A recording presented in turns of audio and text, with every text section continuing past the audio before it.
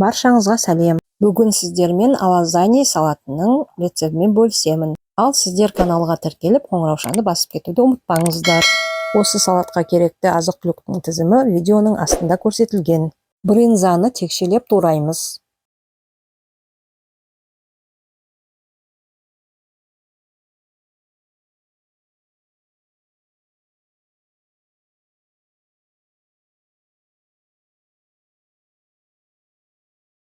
Черри қызанағын ортасынан екіге бөлеміз.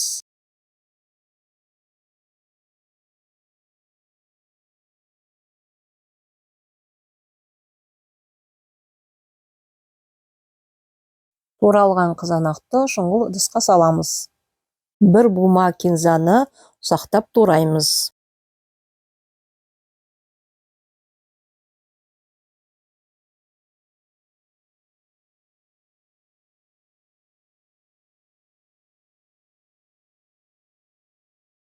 Туралған кинзаны ыдыстағы қызанақтың бетіне саламыз.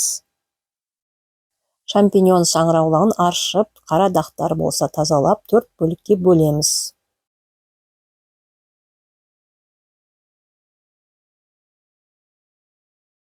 Табаға өсімдік майын құйып қыздырып, үстіне брынзаны салып, екі жағын қызартып, қуырып аламыз. Саңырауықтарды да 10-15 минут піскенше қуырамыз. Қуырылған брынза мен шампиньонды туралған қызанақ пен кинзаның үстіне қосамыз. Сарымсақты турап немесе үккіштен өткізіп ұсақтап аламыз. Осы туралған сарымсақты соя тұздығына қосамыз. Қоспаны салаттың үстіне құямыз. Барлығын жақсылап араластырамыз.